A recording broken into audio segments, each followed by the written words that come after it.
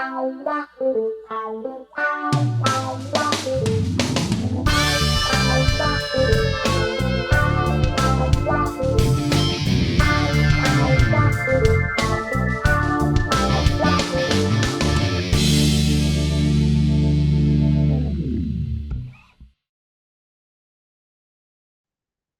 everybody, and welcome to another edition of Living on Music. I'm Steve Hauk, and this is one of those episodes of Living on Music that definitely is going to tug at your heartstrings, and that it did at mine while doing it, and has since.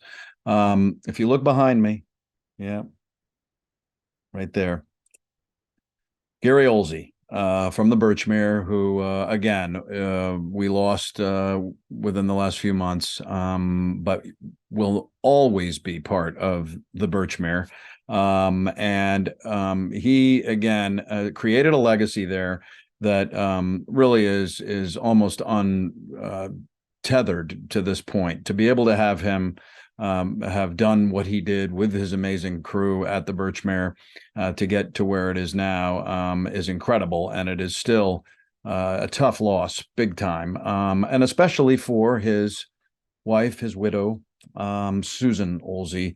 And on this edition of Living on Music, we talked to Susan about Gary himself, not only some of the common, understandable emotions and kindness and generosity and deep involvement that he had at the Birchmere, et cetera, but also what it was like to be married to Gary and how they met years ago when she came and was asked to come to the Birchmere to reupholster banquettes through her company.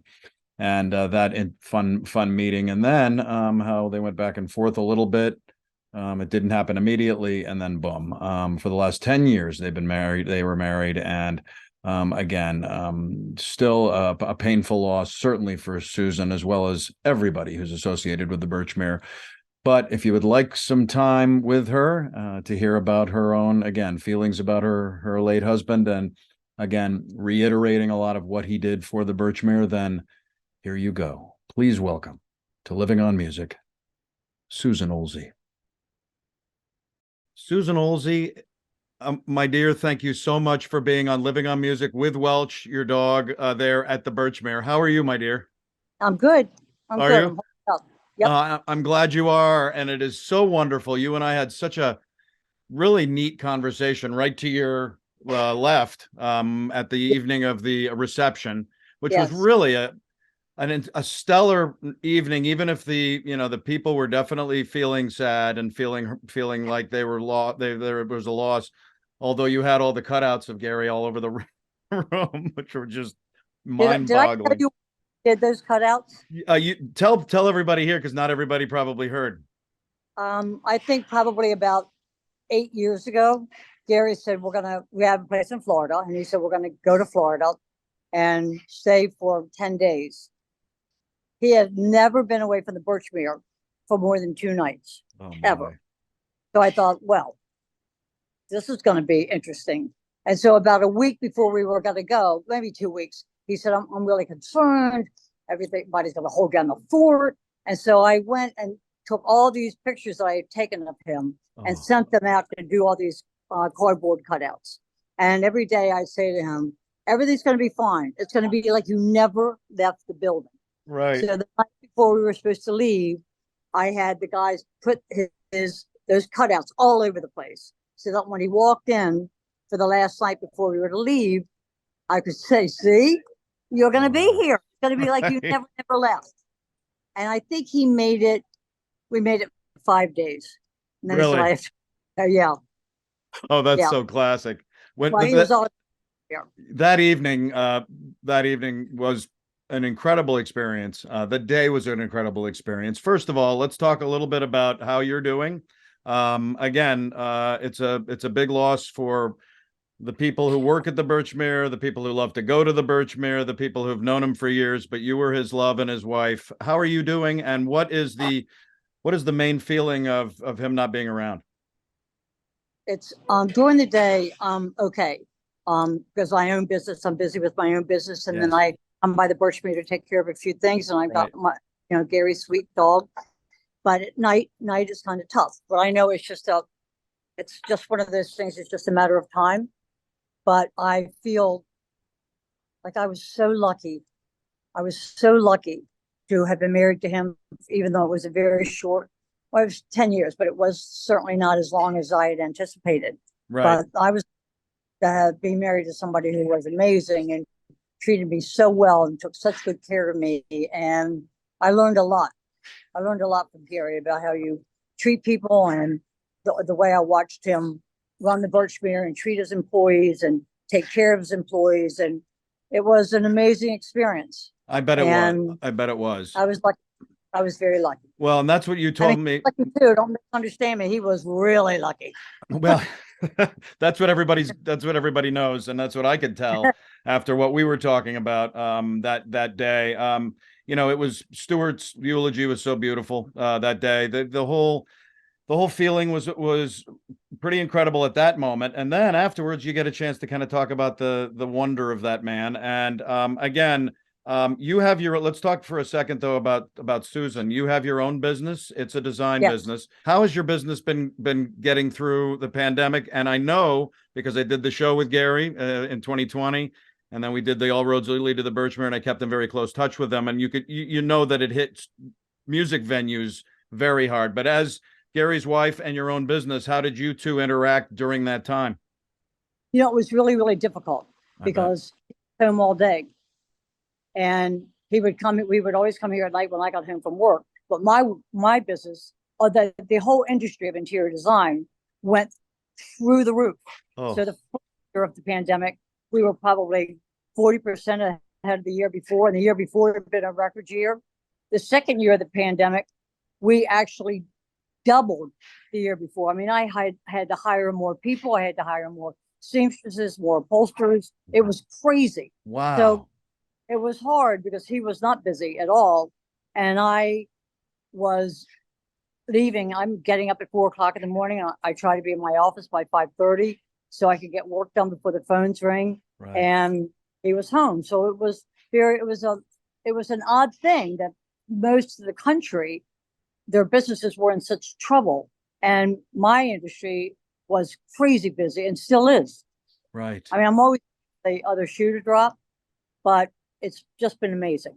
How did you, Gary probably needed, even though he was tough, he needed some comfort and needed some understanding of the pandemic. When we talked, we talked about the funds that they would get, but he didn't want to go down the line with expecting funds from the government and things like that. Right. So how did you deal, and how did you help that guy get through his Birchmere kind of quarantine for a little while there?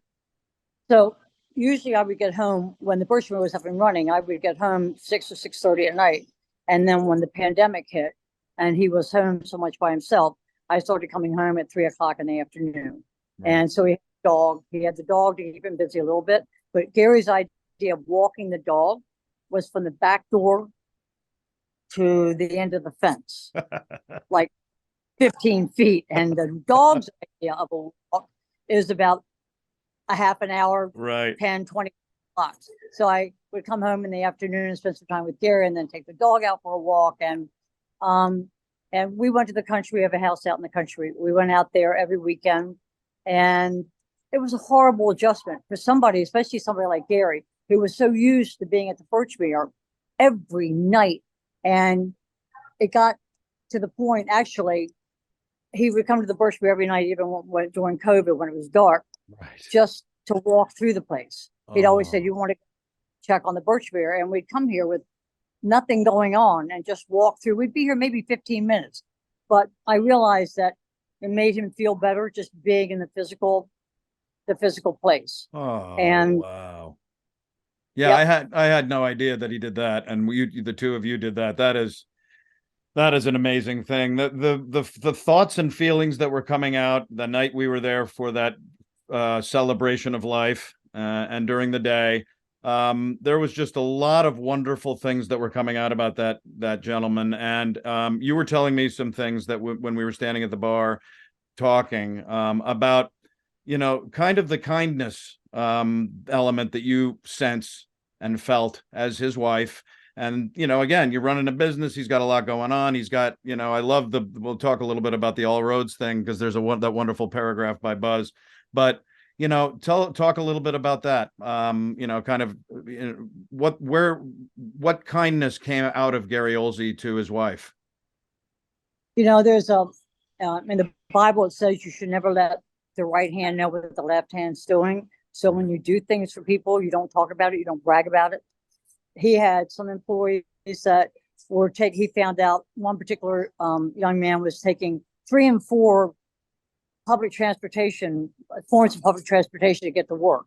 And so if you have to be at work at 3 o'clock in the afternoon, he's leaving at noon to get to work. And Gary would just very quietly go out and buy somebody a used car. He's not buying a Mercedes-Benz, but he would buy him a car to be sure that they could get to work. And during the pandemic, he continued to pay everybody for a period of time anyway, because he worried about them paying rent and making car payments and taking care of things. And anybody could come to Gary and tell them that they needed help with something, and he would do it. He never talked about it. He never bragged about it. He never expected really to get repaid. And I used to say to him, when he found out how much money I gave every year to my church, he sort of looked at me like, what? And I said, to whom much is given, much is expected. And I said, and you, by the way, do the same thing.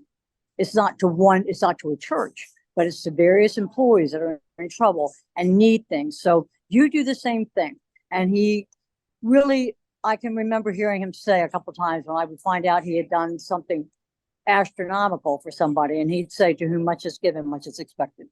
Oh, and wow. He was very quiet about it, never talked about it, and would say to me, when he would tell me some of these things, he would say, I don't want anybody to know about it. And that was one of the things that a lot of people didn't see in Gary, that because he was a very, very private person, very private. Right. But it was, I think, one of his most endearing qualities, that he put all his employees and people that worked for him, they all came first. They really did. When we first talked during the pandemic with Gary and Michael on Living on Music, he said it blatantly. He said, I'm caring about my people here. I want to keep them going. I want to keep the family of the work. He said the people that have been there 35 years, the Michael Jaworicks, and more, and Ben Finkelstein Stein just celebrated his 25th year there.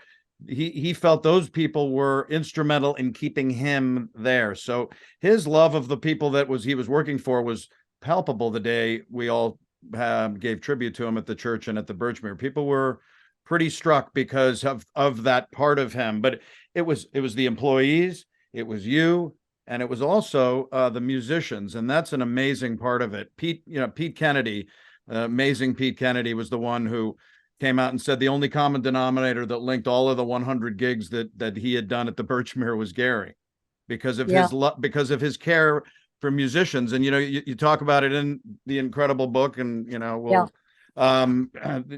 fact that he did become a musician, as you well know, and then put that aside, but had it in him what musicians felt like and what they wanted and believed in. So incredible kind of swath of kindness and giving that man had. I remember one night he loved not the famous person that was playing here. It was their music. And if they were songwriters were it, as far as Gary was concerned. Yeah. And I remember Vince Gill, who Gary loved, and he was playing one night, and Vince had Mike Aldridge playing the adobo. Oh. And Gary said, I want to take you backstage. And I'm thinking, oh, okay, I'm going to meet Vince Gill.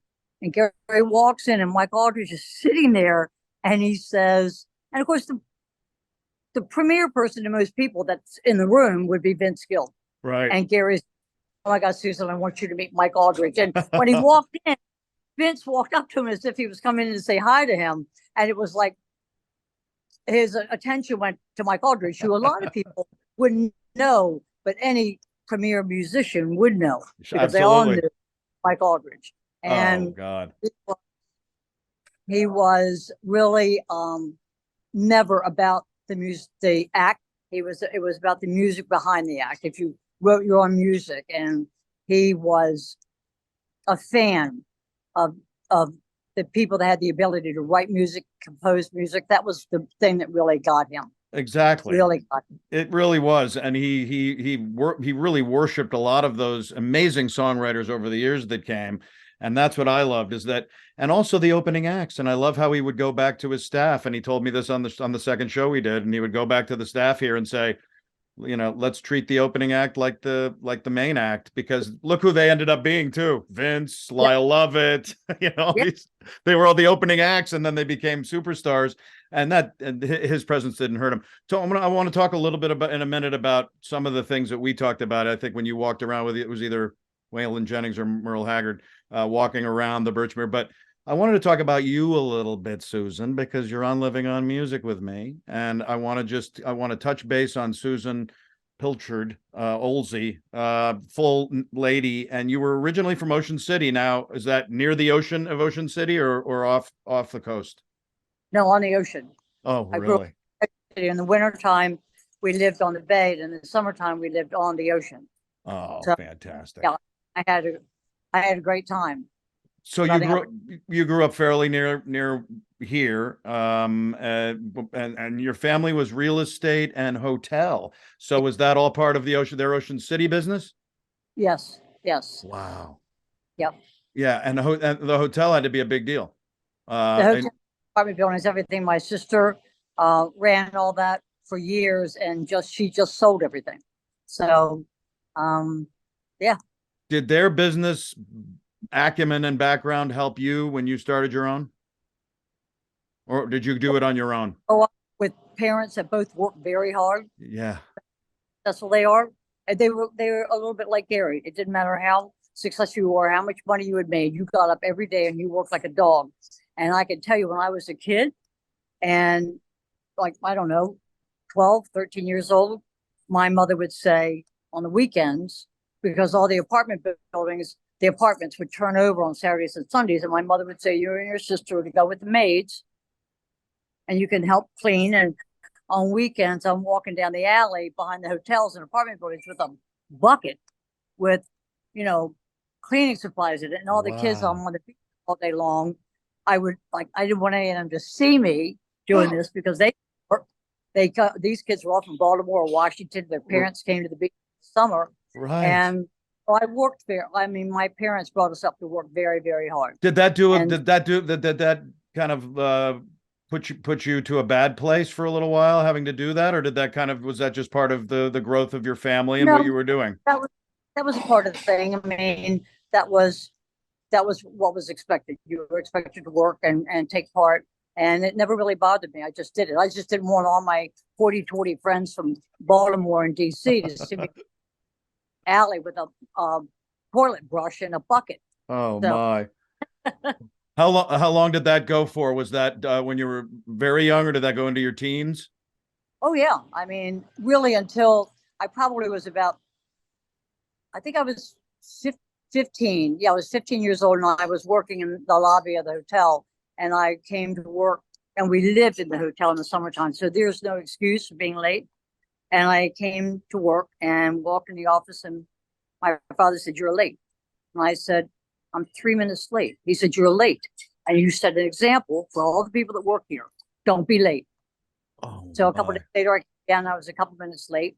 And he said, if you're late again, you're fired. Oh. And later I came down, and I think I was seriously 2 minutes late. What is the deal? And he said, "Where are you going?" When I can't walk into the office, he said, "Where are you going?" I said, "I'm going to work." He said, "Not here." He said, "Now I'll tell you what, dinner's at 6. So hit that boardwalk. And when you come back, you got to be gainfully employed." Wow. And so I got a job at Phillips Crab House. You did? Time for dinner, and I was gainfully employed. Oh. So we just called. It's like Gary. I think one of the things he really had in common was a very strong work ethic. I have a lot of employees. I'm at work long before they are, and I take very good care of them, because I realize why I get the credit for everything that gets done through my business. Yes. The people that deserve all the credit are the people that work there. And I've been blessed, but I think a lot of that just comes from the strong work ethic that I got from my parents. And I think that's one of the things that impressed me about Gary. Oh, isn't that fascinating? God, that is something else. And you started your own business in 1989? And again, Yeah. is that the business that you have now? Yes. Yes. Wow. So that is a, 9909, it's a 40, almost whatever, 35, Yeah. 40 year business. So I started the workroom in our home. We were in Wesley Heights in DC and started in the basement of my house. And now we have a 4,000 square foot workroom in DC that I've had since I moved out of my house in 1998. Wow. And I'm very lucky, but it's because I have amazing employees that do amazing work. Tell a little bit again, Susan, about what your business is and does. So we work for high-end interior designers. So, for example, when Obama was in the White House, he hired Michael Smith, who's a designer from California. And Michael Smith called us and said we were recommended. And you go to the White House, you measure everything, and then you tell the designer how much yardage they need, what fabric they need, and what it's going to cost. And then they have everything, all the fabrics drop shipped to you, and you manufacture it, the draperies, the upholstery, whatever, and then you go and install it. And that's what we do. And we're lucky because we've worked all over the world. Oh, yeah, you've worked in homes in London, France, Anguilla, Cabo San Lucas, all over. That's Yep. amazing. What a wonderful ride this has been. That's pretty. I think my favorite client of all time was Joan Rivers, Oh who God. on her in her comedy, she could be so abrasive and the sweetest person ever. Yes, I think that's fourth time I had to go to her house in Manhattan, I was about 5 minutes late, and I'm known for always being way too early. And when I walked in, I said, Joan, I'm sorry, but the place I usually stay, which was near her place off Fifth Avenue, was booked, and my daughter lived on Wall Street. So I stayed with my daughter on Wall Street, and the traffic getting here this morning was ridiculous. And she looked at me and said, I've got plenty of room. I don't know why you just don't stay here. And I thought, oh, sleep over with Joan. oh my God, that is Yeah, fabulous. amazing people to amazing designers. The designers we work for are fabulous. And what exactly did you help with Michael Smith with at the White House? Yeah. What was designed there? What was all the living quarters were what was done. And it was interesting because I don't think the Obamas had I'm trying to think how to, usually if you're going into someplace like that, everything's very, very private, and they were very open. And when I walked into like the master bedroom, that leather bomber jacket was laying on the chaise and stuff was all over the place. And the curator said, do you want me to move all these things? And I said, no, because when we have an app that we take pictures of everything and then we put the measurements on that picture. Yeah. Right. And I said, no, leave everything where it is because I can make more money off these pictures than I'm going to make. So we've been lucky that we've been recommended for a lot of really, really wonderful designers. Oh, that is fabulous. 2010, you get a call from a guy named Gary Oelze, who happens to run the place right here, and Larry is standing in the hallway, as we've talked about before the show. You got a call about reupholstering banquettes. How did that go? What was the exact request? And then you guys seem to have bonded immediately, or was it over a little bit of time? How did that begin? That was over a bit of time, but the fact is, when I came in one day and they said, and my husband and I come to Birchmere for years, and he said the people from the Birchmere called and they want you to go over and give them a quote for table covers and banquettes. And I said, first of all, they can't. There's no way they're going to pay this kind of money. We're accustomed. We like Chinese, turn them around 120 table covers. We can't do that. Right. And I didn't call him back. And he called probably 3 or 4 times. And finally, the woman that runs my office said, you're in Alexandria today on an installation. Just stop being so rude. At least just go by there. So I came by and I met with Dawn in the music hall. She told me she wanted ice and biscuits. You have to understand, we're very expensive. So as I'm saying this, I said, I don't think you understand that we're a custom workroom. Everything is done by hand. And you could get some of this stuff, like all these tabletop covers, you could get these done in China for a song. And with me, and all of a sudden I heard this person behind me go, well, I'm not on the welfare. So why don't you just tell me what it's going to cost and let me decide? I thought, alrighty then. And so I got him a proposal and thought that's the end of that. I came over to the Birchmere a couple of days later and dropped off all the paperwork. And he's looked at it and he said, to John, who was there, John Behringer was here then, and he said, go write her a check. And I thought, this guy's got to be kidding me. And that's how I met him. And then I knew him for several years and then had gone through a divorce.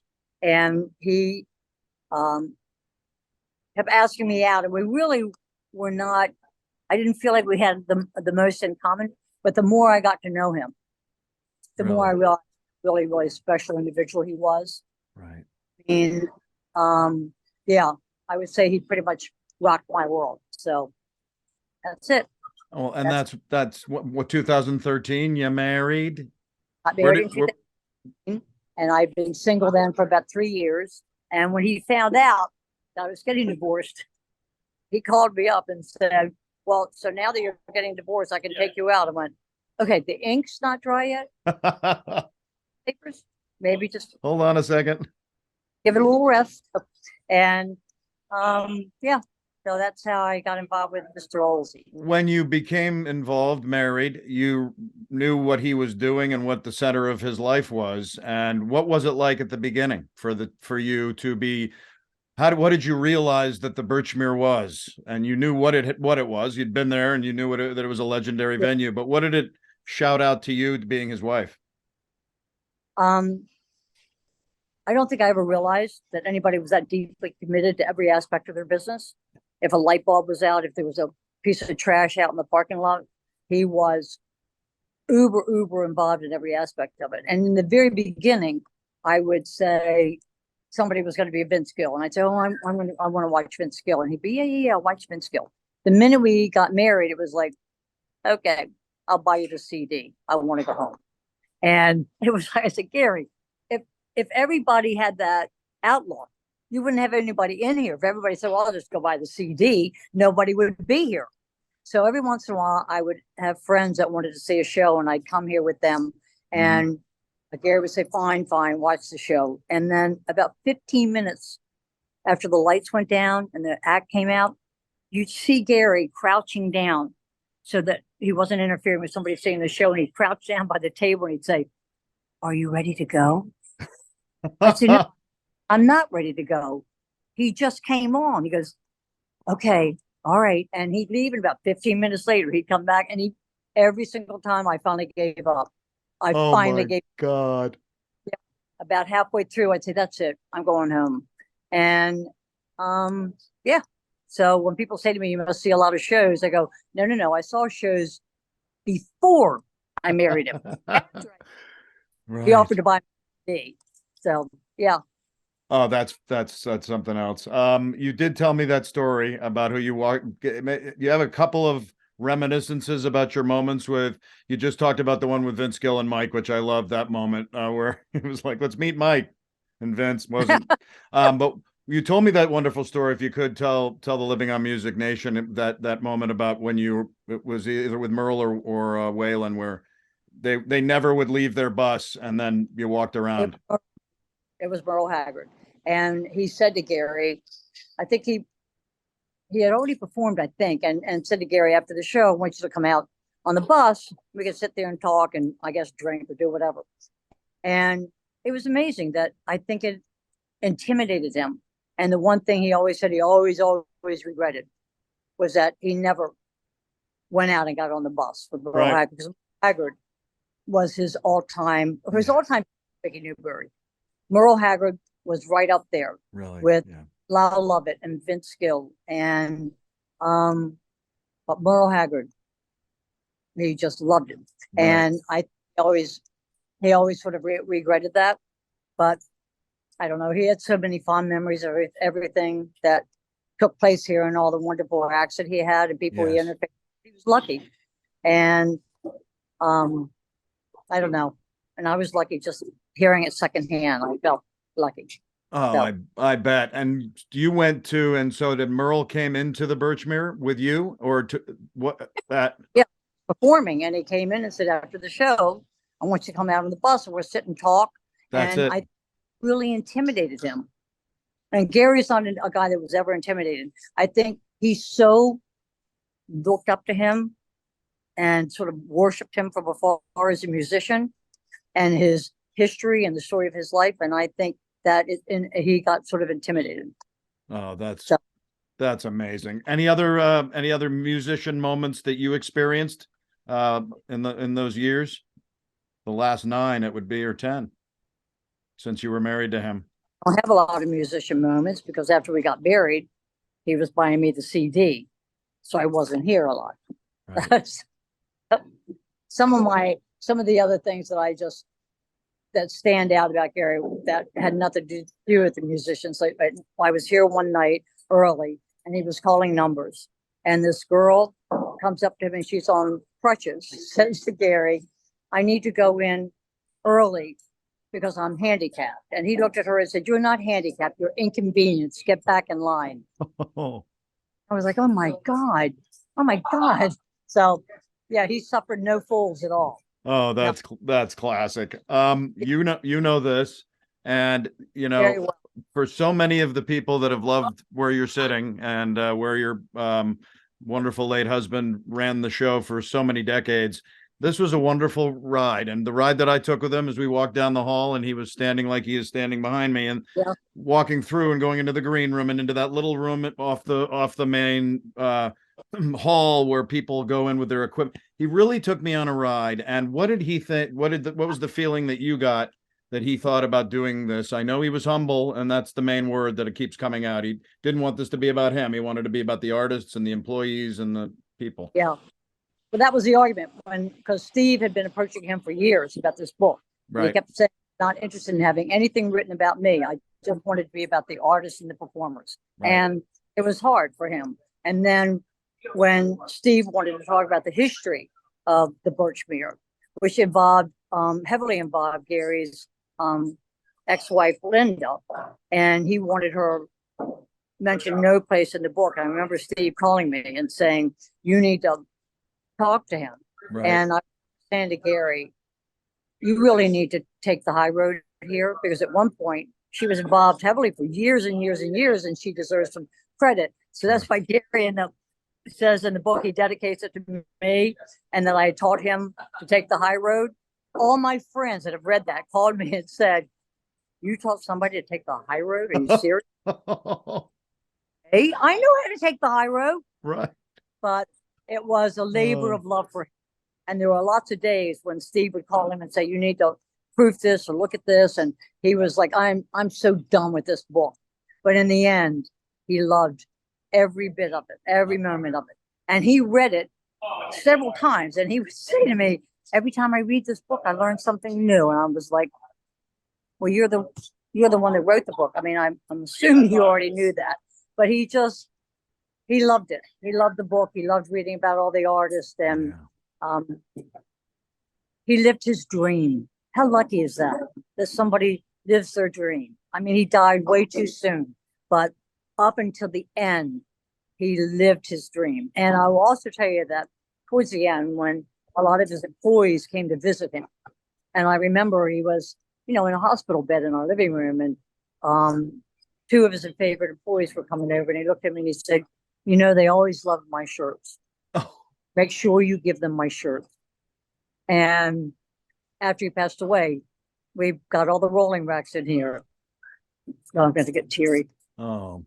But until the end, it was like, don't just give this stuff away. Make sure that the people that work for me get some of it. And he was generous and humble to a fault. Yeah, that was a big word that came out over those 48 hours after his passing, and then into the celebration of his life was the humility of how he felt. And I know he talked about with me on the show about the book and said that they would open doors that he hadn't gone back in for so long, but he needed to go home where you were and close them because it just felt for him like it was just so much coming out that he needed to kind of close it back up, and then Stephen and him would open it up again, and it just became Yeah, a wonderful ride.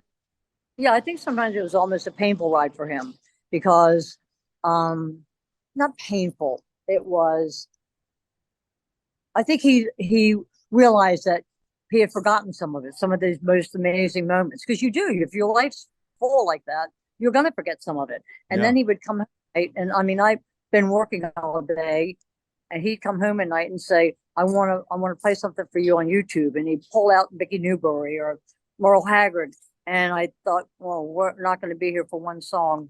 We're going to be here all night. Listen to this, and he sit there all night long. And that was what opened a lot of doors, musicians and things he had forgotten. And he would open those doors again and take that walk down memory lane.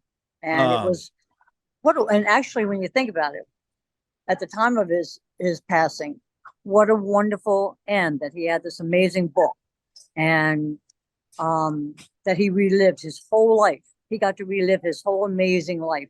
And most of us never get a chance to do that. Or most of us don't have a life that we want to relive. But he was, it was an amazing ride for him. Amazing. That is wonderful to hear. I could tell when we did the show that he was proud of it. So humble, though, talking about everybody else. And not, he'd throw in a little bit of himself, but how could he not? That is an incredible thing. The Birchmere itself, people keep asking, how are they going to keep going? I said they are going to keep going strong, I would think, because of who's still there, and you know who it is. And you feel, I think, knowing the place well, even though you didn't go every minute of every show, you were his wife. So that place is going to keep churning on? Yeah, absolutely. Absolutely. Yeah. And the management staff is all everybody's very well organized. Everybody has really stepped up. And Jimmy Matthews, who's the one that owns the physical plant, has been absolutely amazing. And everybody wants a legacy to continue. That, it's, first of all, it's the place that they love. They've worked for years and years, and they're very, very committed to it. And they're very committed to carrying on the memory of Gary. And Gary actually did talk about it. He did talk about the fact that he wanted everything to run the same, and that everybody to step up.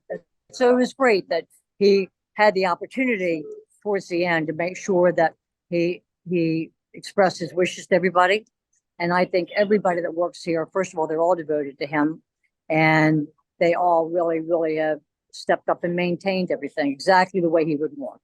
Exactly. And it's funny, I remember him saying to me that he was out in the parking lot one day picking up trash, and somebody walked by and said, "You must be the owner." And he said, "I am the owner." And he said, "Because only the owner would stop and pick up trash." So now every time I leave the Birchmere, I'm picking up trash because I feel like Gary told me to pick up this piece of trash laying in the parking lot.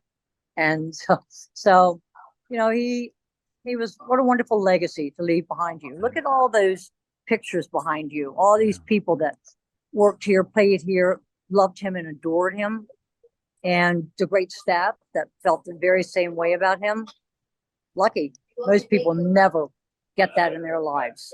No, they don't. They know. I know. I can't believe he's right there. And I'm telling you that, Susan, that place, he will always be there. I mean, and I'm talking about to me and to so many people who go there. The last time I was there was in November for Pink Martini, and I went up and hugged him and I said, "I'm going to interview you again." And he's like, "Okay, I'd love to." And didn't get to interview him again. But every time I go there, and I'm going there a number of times in the next couple of weeks with Smithereens and Al Stewart, who I just interviewed yesterday, which was incredible. The lineup that they have there continues. When I can come in and say hi to you and buy you a drink. Oh, I'd love to do that. I will definitely keep in touch on that. But his presence will never leave the Birchmere, and probably will never leave your heart either, I would think. Never. It was the greatest experience of my life. So I was lucky. And yeah. Well, I'm lucky. I'm lucky to have had you here. And I'm telling you, this is going to be a wonderful moment for so many people to hear you talk about him and also about yourself. Thank you so much for doing Living on Music with me. I hope you enjoyed it. Thank you. I did enjoy it. And I'm sorry I had so much connecting. The minute you said to me a Zoom call, I thought, oh God, oh my God, I got to learn something new. I'm I too old know. to learn something new. Well, So, it's funny you should say that, Susan. It's funny that, there were some people like Dave Chappell, one of the great local musicians in this area forever, and all these other people at the beginning of Living on Music. They'd never done any virtual anything and were very nervous about doing it. And finally, halfway through the show, when he's playing his guitar on it, and I'm like, see, you sit there and you look at me and we talk. But Susan, Oelze, I want to stay and be a friend of yours, and let's keep in close touch on this, okay? hey, let me know when you're going to be in here for these shows that are coming up. All right. Thanks for being on Living on Music. Okay. Thank you. Well, again, emotional ride with Susan Oelze. Thank you, Susan, so much for being a part of Living on Music and sharing those intimate thoughts about your late husband. Again, right here, I was there for the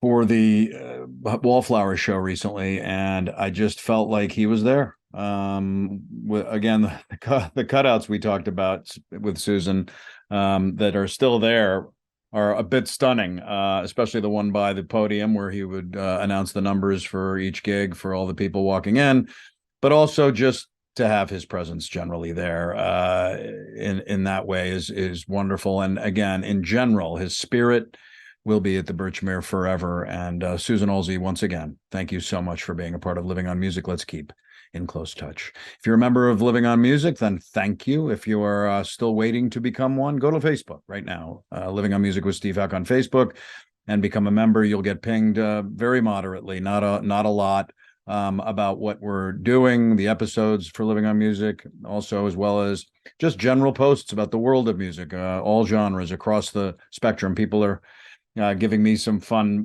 busting on having so much Springsteen information. And that's because I've been a fan for 45 plus years, and he's touring for the first time in 6 years, and also an incredible run in the United States and now in Europe. And so forgive me for all the Springsteen, but don't, because it's an amazing thing to be able to do that. And also a whole bunch of other music. Also YouTube, contribute to YouTube, subscribe to YouTube if you would.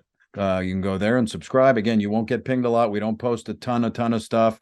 It's mostly the episodes for Living on Music that you will get pinged on, and we'd love to have you. And if you're a podcaster and you love podcasts, all of the Living on Music shows become podcasts. Some are very visually oriented, and so watching them on YouTube is probably a little bit more of an experience, but all of them have a wonderful sound to them, the conversation that I have with my guests. So they're all on Spreaker, as well as every major podcast that you may love. You just search for Living on Music with Steve Houck, and you will find them. If you want to become a legacy part of Living on Music, please contribute to us. We're reaching out for contributions from Living on Music, the Living on Music Nation, etc. And because it's been a pro bono show until now, and just trying to get minor expenses covered and things like that. So if you're able to do it, go to Venmo at Living on Music LLC, and you will be mentioned time immemorial as a donator and a part of the Living on Music legacy. So thank you very much. And if you want to become a sponsor, then contact me privately. You can go to Living on Music LLC at livingonmusic.gmail.com, Living on Music LLC at gmail.com, and also SHHOUK7 at gmail.com. Once again, thanks, Susan Oelze. Your late husband will be living in our minds forever. And stay tuned for some amazing episodes coming up on Living on Music. And until then, please remember, if you're feeling down, if you're feeling up, anyway, there's one way that music can help you. It's to keep on living on music.